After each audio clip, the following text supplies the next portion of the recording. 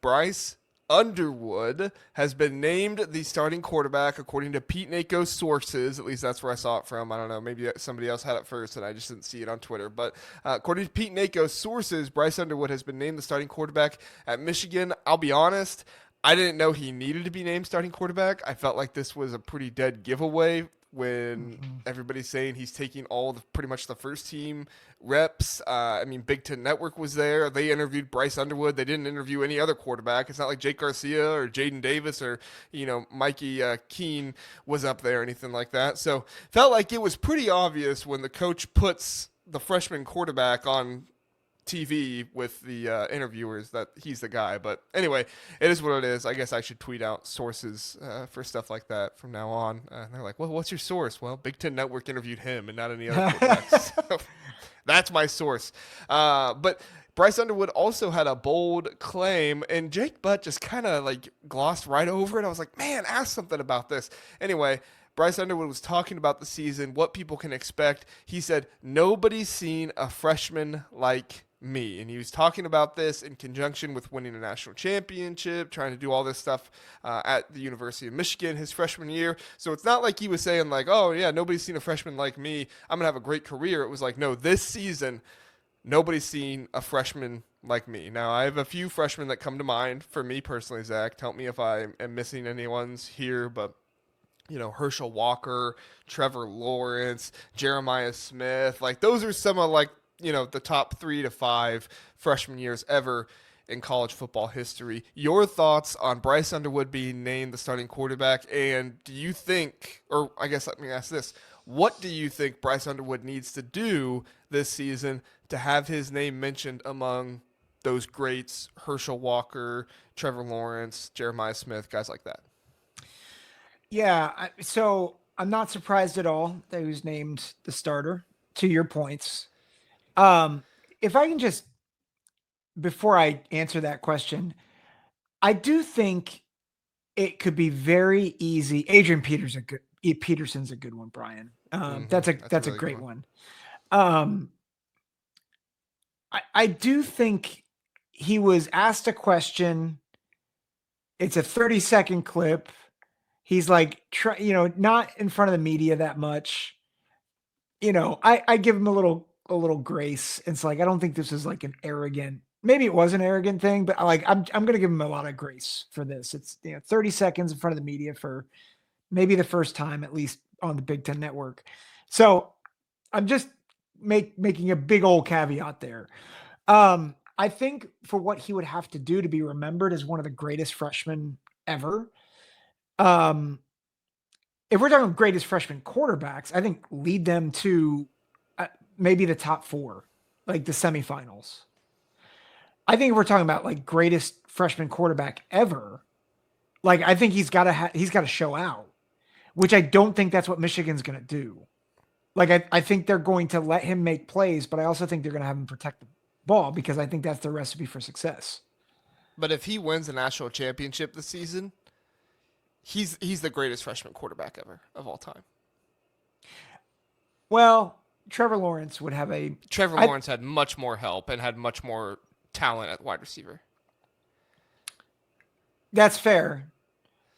That would be That's my fair. thing. Is like Trevor Lawrence won a 4-team playoff, which is impressive. Don't get me wrong, but I think going and winning a 12-team playoff, even if you have a couple losses during the season, is more impressive than winning a 4-team playoff. I mean, people can debate that all they want. That's just my opinion. But I think if he goes out Yeah. and he does that and he wins No. 3 or 4 games in a 12-team playoff, takes his team to a national championship, and he has guys like Fred Moore and Channing, what's his name? True freshman dude, and Donovan McCulley, who didn't even play last year at Indiana, as his wide receivers. Like, yeah, he's the greatest freshman quarterback at the very least, possibly the greatest freshman of all time, if that happens. Now, I don't think that's likely that happens because I think a freshman needs a whole lot more help than that. Yeah. However, if we're talking about what does he need to do to be the greatest freshman of all time, that's what he has to do. Yeah. No, I agree. I didn't think about it from the perspective of the help around him because I was thinking a lot of what Bryce is going to be asked to do, especially early, is hand the ball off find your tight end, and take off.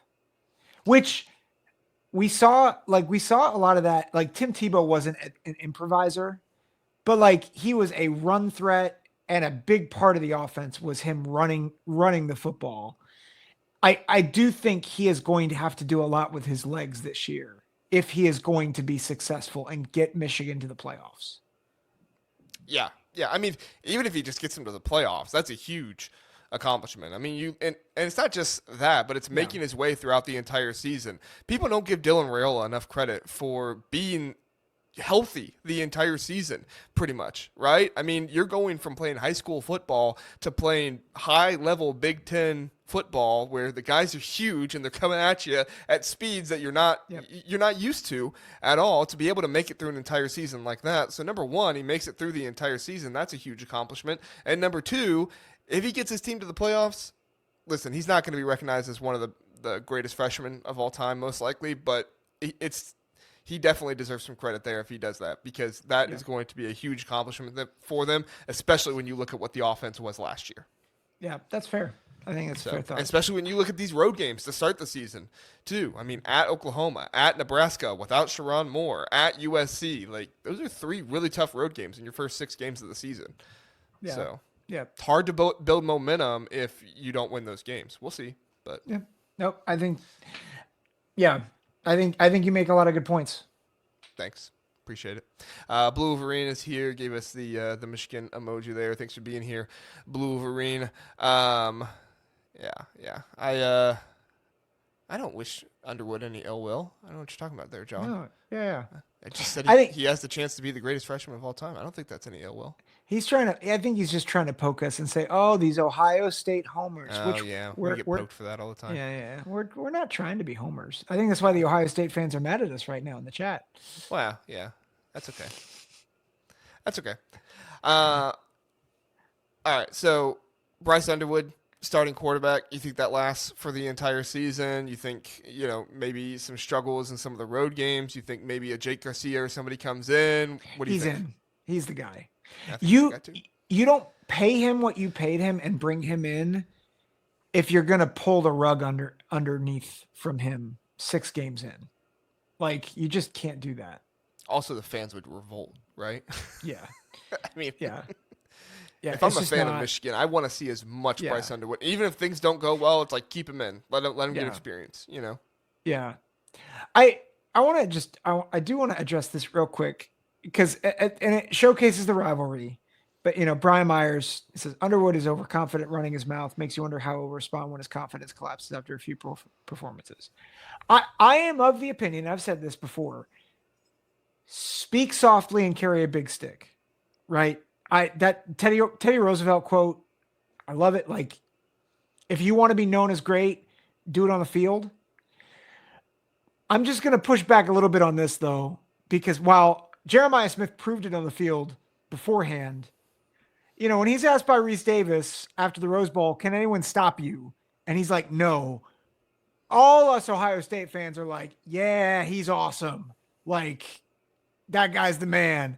And then as soon as a Michigan guy does it, it's like, that guy's overconfident. He's a jerk. It's like, no, come on. Like, I wish he would have waited to say it until he actually proved it on the field. But like, let's be fair here. Like, let's treat these players fair. He's an 18, 19-year-old kid. 18. He just turned 18. He just turned 18. He's 18. Yeah. He's being interviewed by like Jake Butt. Jake Butt, who's like a Michigan legend. Like, yeah. I love it, honestly. I love all the trash talk. I love all the confidence and everything else. I think it gives us great storylines. I think it's great to talk about. I'm never going to bash a kid for coming out and being, very confident in himself. Now, am I going to point it out if he's wrong? Yeah, I'll point it out. If Kirk Kennedy came out and said, we destroy top 25 teams. It's like, buddy, no, you don't. We pointed it out when Kirk Kennedy was wrong about that, and I'll point it out if somebody else is wrong about it. But overall, like, to me, I love the big talk. I love when Kirk Kennedy does it. I love when Ryan Day did it after the national championship, and I love when Jeremiah Smith did it. Now I love when Bryce Underwood does it because I think it just gives us more to talk about, and it shows more of these guys, confident side, and I love confident football players overall.